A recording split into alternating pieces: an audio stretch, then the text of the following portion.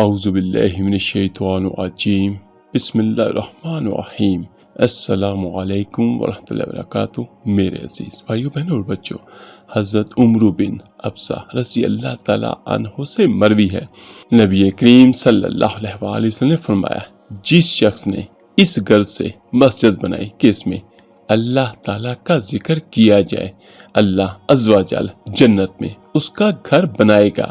سبحان اللہ۔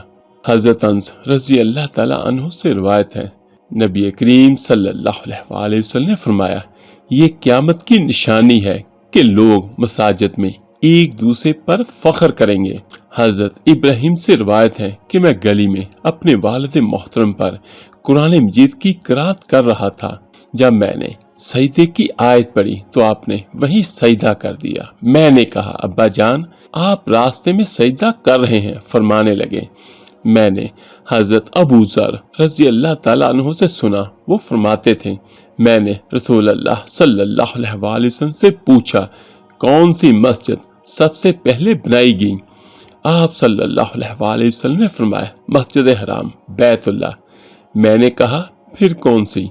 آپ نے فرمایا، مسجد اقصی یعنی بیت المقدس۔ میں نے کہا کہ ان کے درمیان کتنا فاصلہ ہے؟ آپ صلی اللہ علیہ وآلہ وسلم نے فرمایا، 40 سال۔ ویسے ساری زمین تیرے لیے نماز کی جگہ ہے، جہاں بھی تیرے لیے نماز کا وقت ہو جائے نماز پڑھ لے۔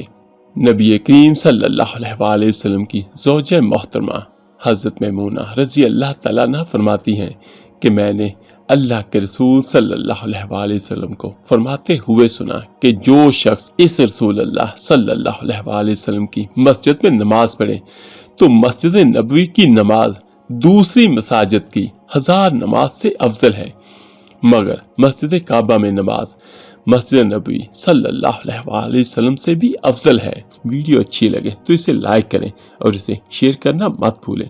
اللہ پاک آپ سب کا حامی و ناصر ہو۔ تو ملتے ہیں جلدی انشاءاللہ ایک نئی ویڈیو اور عمل کے ساتھ۔ اللہ حافظ۔